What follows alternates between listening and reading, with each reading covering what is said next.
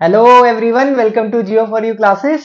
आशा करता हूँ सभी लोग काफी अच्छे होंगे। आज हम लोग मिल रहे हैं अपने एक और न्यू टॉपिक के साथ और आज का अपना टॉपिक है फेडरेशन। ये हम लोगों ने टॉपिक पढ़ रखा है, न्यू टॉपिक तो नहीं है, लेकिन आज हमारे लिए न्यू क्या है, आज हमारे लिए न्यू है इसका पार्ट 2। इससे पहले मैं बता दूं, हम लोगों ने पार्ट 1 कवर किया है इस पूरे फेडरेशन चैप्टर को, जो हमारा चैप्टर 2 है पॉलिटिकल साइंस का अपना, है ना। तो उसमें हमने जो फर्स्ट पार्ट में पढ़ा, उसमें हमने पढ़ा व्हाट इज फेडरलिज्म, उसकी डेफिनेशन जानी थी, फेडरलिज्म क्या होता है, कहां कहां किन किन देशों में है ये, वो पूरा हमने इस फिलॉसफी को पढ़ा था। उसके बाद फीचर्स ऑफ फेडरलिज्म जाने थे कि फीचर्स ऑफ फेडरलिज्म क्या होते हैं, क्या फेडरलिज्म के क्या क्या फीचर्स हैं, काफी अच्छे से हम लोगों ने पढ़ा। उसके बाद हमने गवर्नमेंट के बारे में पढ़ा, एक तो यूनिटरी गवर्नमेंट और एक अपनी फेडरल गवर्नमेंट, वो किस टाइप की होती हैं, उनके डिफरेंस को जाना था। तो जिन लोगों ने वो वीडियोस नहीं देखी हैं वो जाके देख ले, वो मतलब पार्ट 1 है, तभी ये पार्ट 2 समझ आएगा। इससे पहले आप लोगों को पार्ट 1 देखना होगा। आज जो हम पार्ट 2 कवर करने जा रहे हैं उसमें हम पढ़ेंगे 3 topics. First one is what makes India a federal country, how is federalism practice, decentralisation in India. यानी कि ये पूरा जो चैप्टर है उसके ये कुछ बोल्ड टॉपिक्स हैं जो हमने कवर किए हैं। उसके बाद लास्ट में हम लोग इंपॉर्टेंट क्वेश्चंस कवर करेंगे कि इस चैप्टर से हमारे बोर्ड में क्या क्या इंपॉर्टेंट क्वेश्चंस आ सकते हैं और कितने मार्क्स के आ सकते हैं, तो वो हम इसमें कवर करेंगे।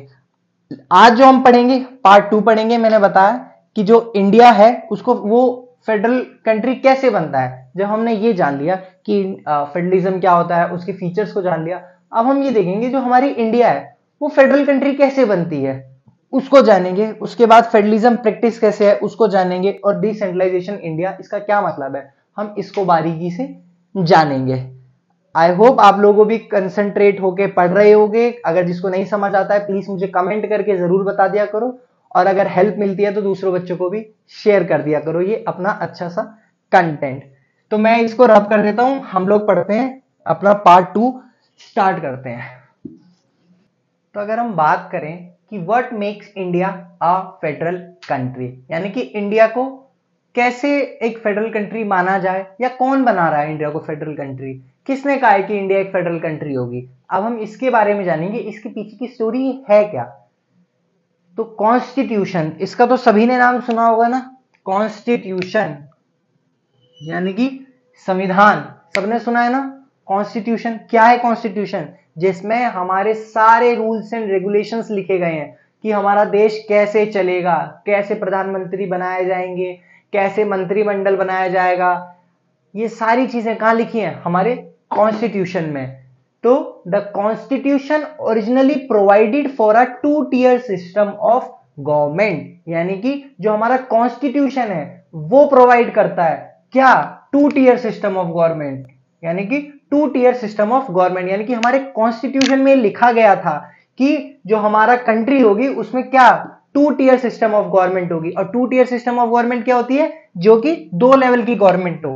2-tier, एक सेंट्रल हो और एक स्टेट हो। ये क्या हो गई, ये पहली टीयर और ये दूसरी टीयर, सेंट्रल और स्टेट। तो हमारे यहाँ ऐसा है ना, सेंट्रल स्टेट दोनों टीयर की गवर्नमेंट्स हैं। तो हमें पता चल गया कौन कह रहा है या फिर कौन बना रहा है कि फेडरल कंट्री होगी इंडिया, हमारा कॉन्स्टिट्यूशन। हमारे कॉन्स्टिट्यूशन में लिखा गया है कि ओरिजिनली प्रोवाइडेड 2 टीयर्स और सिस्टम ऑफ गवर्नमेंट।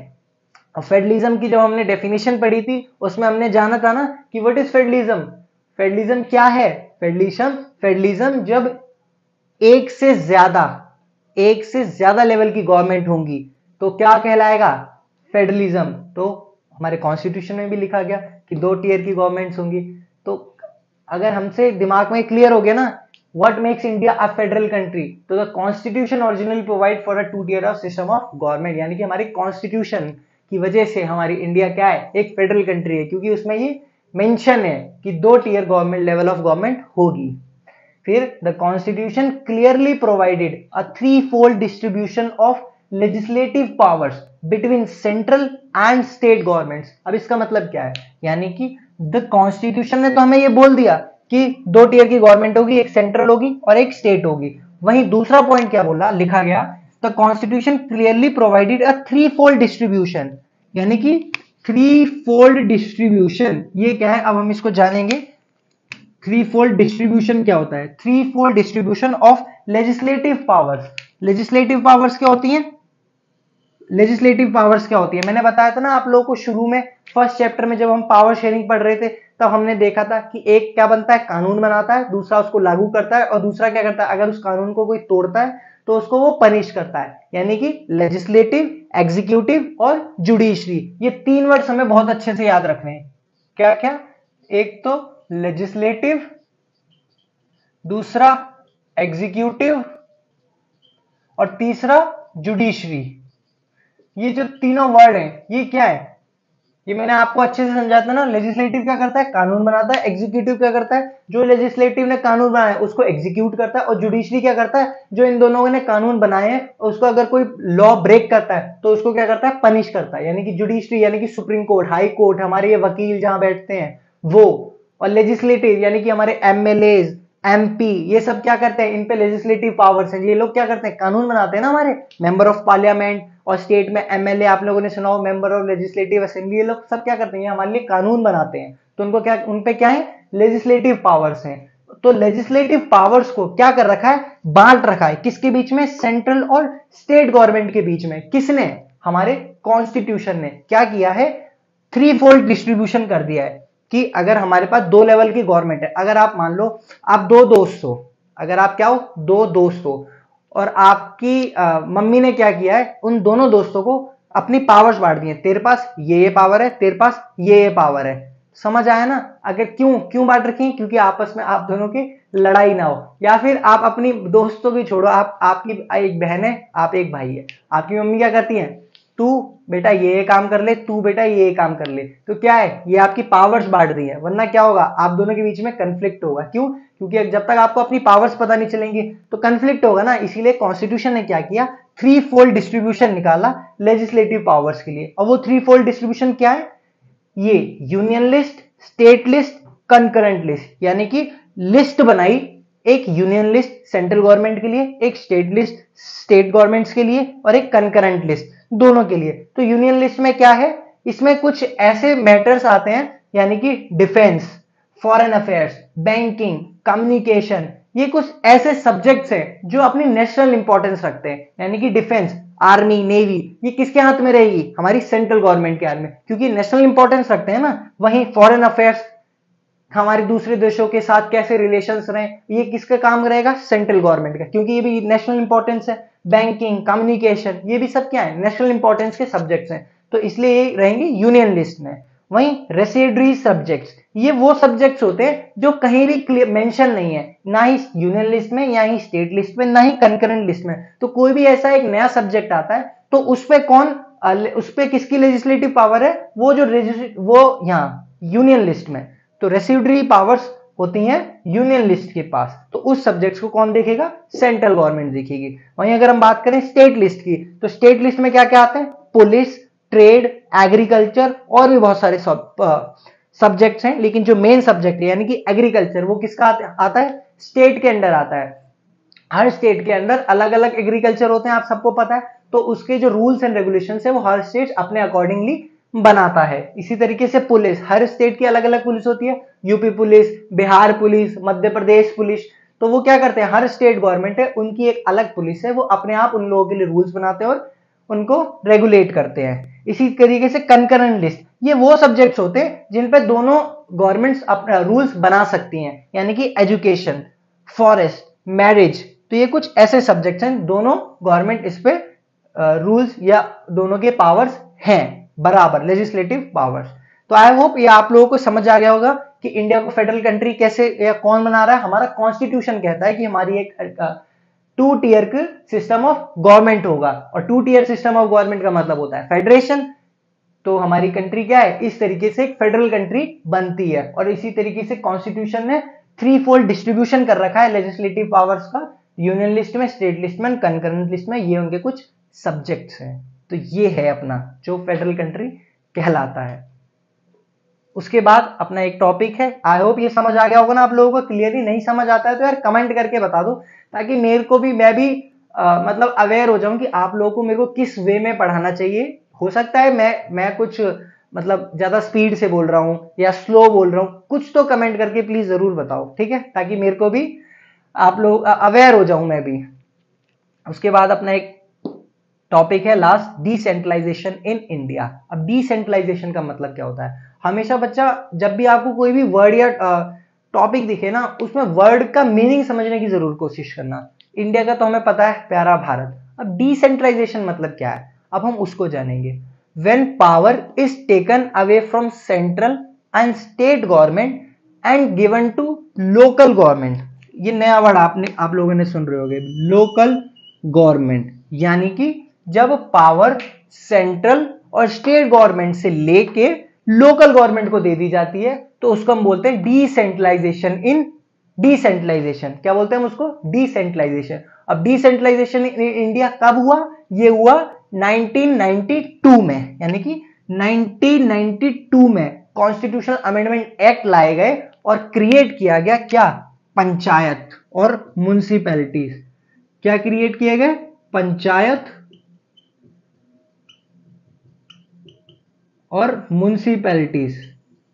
म्युनिसिपैलिटीज, ठीक है। तो ये हो गई अपनी, आप लोगों ने सुना होगा ना, पंचायत होती, गांव में इलेक्शंस होते हैं ना, पंचायत के गोलियां तक चल जाती है भाई, इतने खतरनाक इलेक्शंस होते हैं। और शहरों में क्या होते हैं? शहरों में म्युनिसिपैलिटीज के इलेक्शंस होते हैं, एमसीडी जिसे हम बोलते हैं। जैसे बड़े बड़े शहर हैं उसमें क्या होते हैं? एमसीडी के इलेक्शन होते हैं। इसी तरीके से गांव में होते हैं पंचायत के। तो ये क्यों किया गया? ये डिसेंट्रलाइजेशन इंडिया का क्यों किया गया? हमारा तो सही चल रहा था, एक सेंट्रल गवर्नमेंट थी, एक स्टेट गवर्नमेंट थी, ये लोकल गवर्नमेंट क्यों बनाई गई? पंचायत और म्युनिसिपैलिटीज के इलेक्शंस क्यों करवाए गए? डिसेंट्रलाइजेशन क्यों हुआ? इसका रीजन है, जो हमारा इंडिया है कितना बड़ा वास्ट है, और आप लोगों ने देखा होगा इतना बड़ा वास्ट, इतनी ज्यादा पॉपुलेशन, इतनी ज्यादा डाइवर्सिटी लैंग्वेज के बेसिस पे, रिलीजन के बेसिस पे, कल्चर के बेसिस पे डाइवर्सिटी, कितनी सारी डाइवर्सिटी है ना। अगर हम यूपी की बात करें, अगर सिर्फ अपने यूपी स्टेट की, ना जाने कितने कंट्रीज से बड़ा है अपना खाली उत्तर प्रदेश स्टेट। मैं पूरे इंडिया की तो बात ही नहीं कर रहा हूं। तो इतने बड़ी पॉपुलेशन को संभालना कितना मुश्किल हो जाता है। जैसे आप लोगों को जाते होगे, आप लोग पिकनिक पे जाते होगे ना, तो आपकी टीचर क्या करती होंगी? आप लोगों को संभालना उनके लिए मुश्किल हो जाता होगा ना। अब पिकनिक छोड़ो, आप लोग जब लंच से क्या करते हो, जब कैंटीन अपनी लंच ओवर होता है तो क्लासेस में जाते हो, तो क्या करते हो? किस तरीके से जाते हो? आप लोगों को पता है, एक लाइन फॉलो करके जाते हो? नहीं ना, कोई उसके ऊपर चढ़ रहा है, छुट्टी में कोई उधर मुक्का मार रहा है, कोई कुछ कर रहा है, तो टीचर क्या करते हैं? आप लोगों को संभालते ही तो हैं। तो ऐसे ही ये संभालना उनके लिए कितना मुश्किल हो जाता है। इसी तरीके से हमारी 150 करोड़ की पॉपुलेशन को संभालना कितना मुश्किल है, कि वो इतने डाइवर्स होने के बाद। इसलिए ये क्रिएट किया गया ताकि डेवलपमेंट हो सके। क्या हो सके? डेवलपमेंट अपने पूरे इंडिया का। क्यों डेवलपमेंट हो सके? अगर मैं छोटा सा एग्जांपल दूं, मैं इसको मिटा देता हूं, आप लोग अच्छे से समझ पाए। अगर स्क्रीनशॉट लेना है तो स्क्रीनशॉट ले लो आप इसका, अगर लेना चाहो तो, ठीक है। बाकी मैं इसको मिटाता हूं, कैसे समझे हम इसको। मान लो एक इतना बड़ा रीजन है, क्या है? एक इतना बड़ा रीजन है। अब इस पे क्या करेगी सेंट्रल गवर्नमेंट? इस पूरे रीजन के लिए क्या है? एक सेंट्रल गवर्नमेंट है, और इसमें छोटे छोटे स्टेट्स हैं। क्या है? ये छोटे छोटे स्टेट्स हैं। अब इन स्टेट्स में क्या है? स्टेट गवर्नमेंट्स हैं। लेकिन अब ये देखो ना, ये जो रीजन है, ये भी तो कितना बड़ा रीजन है, स्टेट्स। अब यहाँ ये इतने ये छोटे छोटे गांव होंगे, इनको यहाँ तक डेवलपमेंट कैसे पहुंच पाएगी? यहाँ तक पानी की समस्या या उनकी जो भी प्रॉब्लम्स हैं वो कैसे पहुंच पाएंगी? क्योंकि इतना बड़ा रीजन है। तो उसके लिए क्रिएट किया गया लोकल गवर्नमेंट। उसके लिए क्या किया गया? लोकल गवर्नमेंट क्रिएट किए गए, और उनके वहां पे इलेक्शंस कराए गए ताकि उन लोगों के जो गांव है हमारे, वो भी डेवलप हो सके। तो थोड़ा बहुत लोकल गवर्नमेंट के बारे में अगर हम पढ़ें, तो हमने जाना कि 1992 में पास हुआ था ये एक्ट। उसके बाद seats are reserve for SC, ST and OBC, यानी कि schedule caste, schedule tribes and other backward classes, जो कैटेगरीज होती हैं उनके लिए सीट इसमें रिजर्व करी गई। वहीं at least 1/3 of all positions are reserve for women. Women के लिए भी 1/3 सीट्स रिजर्व करी गई। तो ये देखो दोनों इंपॉर्टेंट, कितने इंपॉर्टेंट टॉपिक है ना ये, सॉरी इंपॉर्टेंट पॉइंट्स हैं, कि जो SC, ST and OBC category के लोग हैं उन लोगों को भी मौका मिले बढ़ चढ़ के, कि वो अपने इस मतलब सामने आए लोगों के, है ना, वो भी लीडर बने, वो भी आगे बढ़े, वो भी अपने समाज के लोगों को आगे ले जा सके, अपनी समस्याओं को सुलझा सकें और खुद एक लीडर बन के उन चीजों को रिजॉल्व कर सके। इसी तरीके से वुमेन एम्पावरमेंट आप लोग सुनते होंगे, तो वुमेन्स को क्या है, हमें आगे बढ़ाना है ना, तो आगे हम कैसे बढ़ा पाएंगे, उन लोगों को मौका देके। तो हमने लोकल गवर्नमेंट में क्या किया, वुमेन्स को मौका दिया और उन लोगों के लिए 1/3 सीट रिजर्व कर दी। वहीं स्टेट इलेक्शन कमीशन एक बनाया गया जो इनका इलेक्शंस कराएगा, किनका, लोकल गवर्नमेंट का। ठीक है, तो आई होप ये भी टॉपिक आप लोगों को अच्छे से समझ आ गया होगा। अपना यही चैप्टर भी कंप्लीट होता है, ये पूरा फेडरेशन।